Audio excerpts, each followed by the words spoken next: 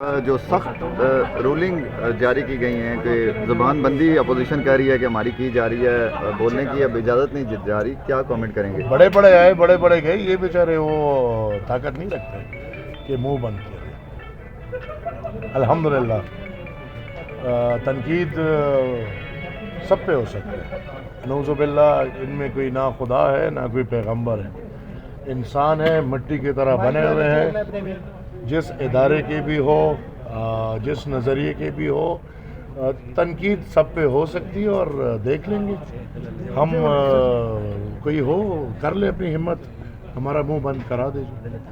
آج تو یہ اجلاس مذاق لگا ہے، میرے خیال میں آپ لوگوں نے بھی اندر بیٹھ کے اگر جو آخر میں جو جناب پرائمری اسکول کے ہیڈ ماسٹر صاحب نے جو رولنگ دی ہے، وہ رولنگ ایک مذاق تھا، ایسے لگ رہا تھا کہ ہم شاگرد بیٹھے ہوئے ہیں، طالب علم بیٹھے ہوئے ہیں، اور اوپر کوئی گروکل کا امیتابھ بچن بیٹھا ہوا ہے۔ تو یہ فلمیں نہیں ہے، یہ حقیقت ہے، ادھر تنقید بھی ہوگی، ادھر سب کچھ ہوگا، اور برداشت کرنا پڑے گا، اسی کا نام جو ہے۔ آج تو ڈپٹی چیئرمین سینیٹ جو وہ کامیڈین کے موڈ میں تھے ویسی، مجھے بھی یہی لگ رہا تھا۔ سر آپ کا صوبہ دہشت گردی کی نظر ہے، اور جو وفاقی حکومت ہے وہ آپ کے جو نئے جو بنے ہیں سہیل افریدی صاحب، ان کو یہ کہہ رہے ہیں کہ اپنے صوبے پہ توجہ دیں، ملاقاتوں کو سیاسی رنگ نہ دیا جائے، ملاقاتیں کرتے ہیں باہر آ کے ملک کے خلاف، ملکی اداروں کے خلاف پروپیگنڈا کرتے ہیں، تو کیا ان کو صوبے پہ توجہ نہیں دینی چاہیے؟ دونوں کو نا، میرے خیال میں تو اگر یہ ان کو کہہ رہے ہیں کہ آپ توجہ دیں تو ان کی توجہ کدھر ہے؟ کیا وفاقی حکومت کے دائرۂ کار میں پختونخوا آتا ہے یا نہیں آتا؟ کیا یہ دفاعی ادارے انٹیریئر وفاق کے ساتھ ہے کہ نہیں صوبے کے ساتھ؟ کیا بارڈر کنٹرول، بارڈر مینجمنٹ وفاق کا گیم ہے کہ صوبے کا گیم ہے؟ تو میرے خیال میں بلیم گیم سے کھول کے آگے آنا چاہیے، اور پختونخوا پچھلے 12 سال سے کمپرومائزڈ ہے۔ ہمارے لیے بدقسمتی سے پاکستان مسلم لیگ نون ہو یا پاکستان تحریک انصاف ہو، پختونخوا کے لیے ان کا نظریہ ایک ہی ہوتا ہے۔ دونوں نے پختونخوا کو اپنا حق نہیں دینا، دونوں نے پختونخوا کو رائلٹی نہیں دینی، دونوں نے پختونخوا کے NFC کا حصہ کھانا ہے، دونوں کو 18 امنڈمنٹ سے تکلیف ہوگی۔ تو لہٰذا ہم سمجھتے ہیں کہ یہ صرف ابھی نہیں، یہ جو افریدی صاحب آئے ہیں یہ تو ایپیسوڈ نمبر 4 ہے۔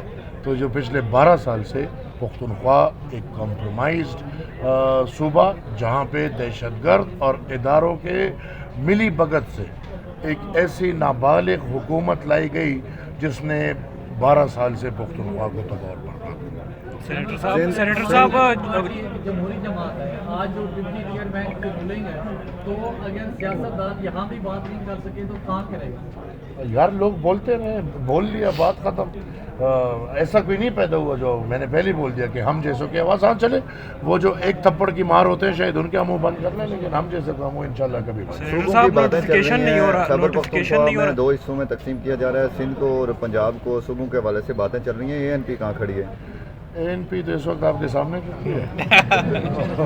دیکھیں یہ شوشہ ہے، پہلے مسئلوں کا حل نہیں ہے، نئے مسئلے لے آؤ، ٹھیک ہے وہ بھی اچھے ہیں، ان لوگوں کو یہ نئے مسئلے کھولنے کا ایک تکلیف ہے، وہ بھی کھول لو، لیکن قومی بنیاد پہ صوبے بنائے جائیں، ایسے نہیں کیا جائے کہ بس ادھر وہ ایسے کوئی کھچڑی بنا لو کہ بس جو نظام ہے یہ بھی جائے، قومیتوں کے جو حقوق ہے وہ مزید درم برم ہو جائے۔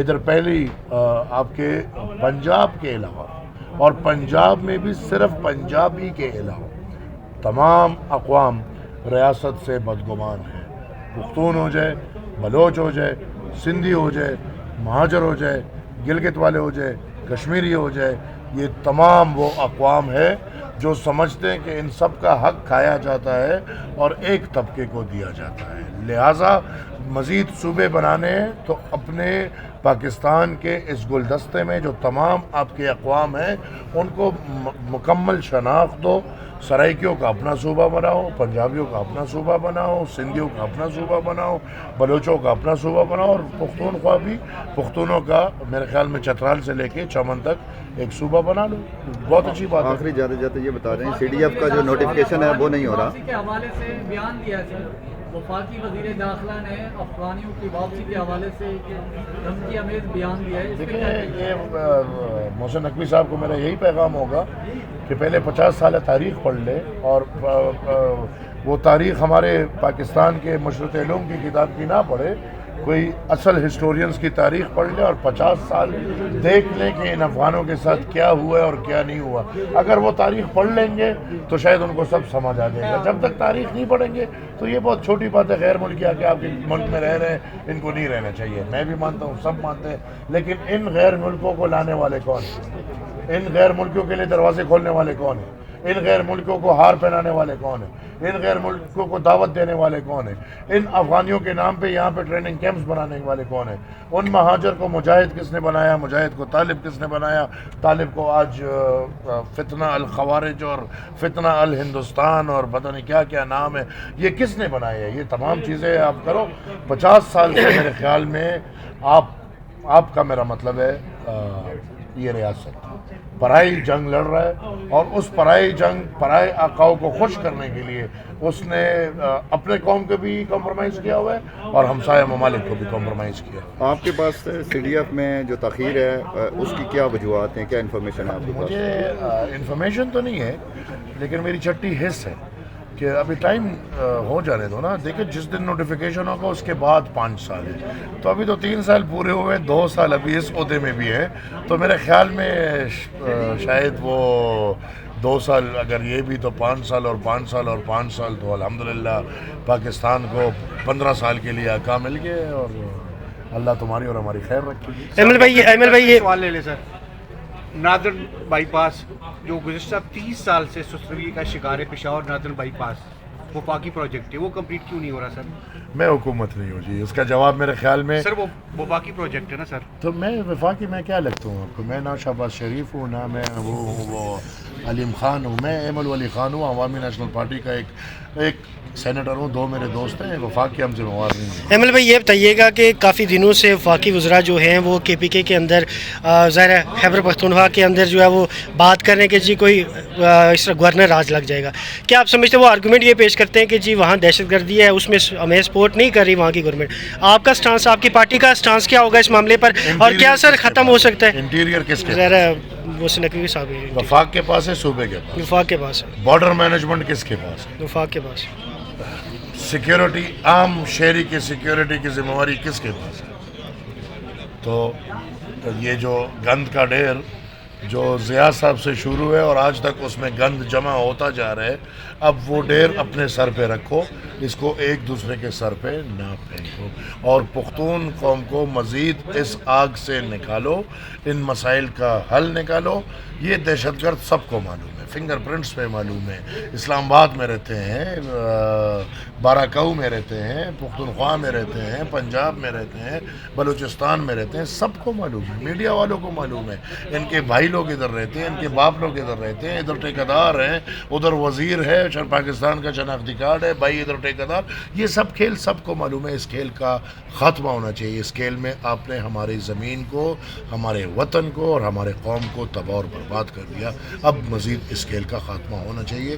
سب کو سمجھے کہ کھیل کھیلا جا رہا ہے. ویسے دہشت گردی کا حل ہو سکتا ہے سر گورنر راج جس طرح سے بتایا جا رہا ہے؟ گورنر کوئی وہ تھوڑی ہے وہ جو انیل کپور ایک دن وہ فلم میں بن گیا تھا, چیف منسٹر وہ امریش پوری والے فلم میں, اور ایک مسٹر انڈیا میرے خیال پتہ نہیں مسٹر انڈیا میں تو وہ کھو جاتا تھا, ایک اور تھا یہ. اچھا سر. اور وہ ایک دن میں اس نے وہ مشین لگایا ہوتا اور آرڈریں بھی نکل رہی تھی, اور 24 گھنٹے کے لیے. تو یہ دیکھیں گورنر بیچارہ ہمارا, میں جانتے ہوں آپ بھی جانتے ہیں, جو چلانے والے ہیں اختیار تو نہ وزیر اعلیٰ کے پاس ہے نہ گورنر کے پاس ہے. سر آخر میں جن کے پاس اختیار ہے وہ اپنا اختیار استعمال کریں. ان کو ایک دہشت گرد معلوم ہے, لوگوں کو اپنے معلوم ہوتے ہیں, ایسے نہیں ہوتا کہ آپ کو اپنے معلوم نہ ہو. تو ان کو ایک معلوم ہے, ٹی ٹی پی کا کون ہے, ٹی ٹی اے کا کون ہے, داعش کا کون ہے.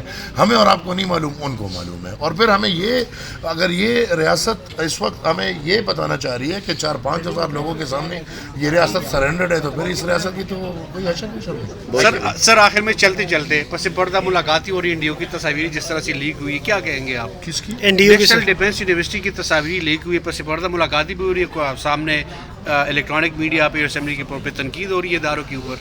تو یہ تو وہی لوگ ہیں. دیکھیں پی ٹی آئی کو بنانے والے کون ہیں اور پی ٹی آئی کو یہ سب دینے والے کون ہیں.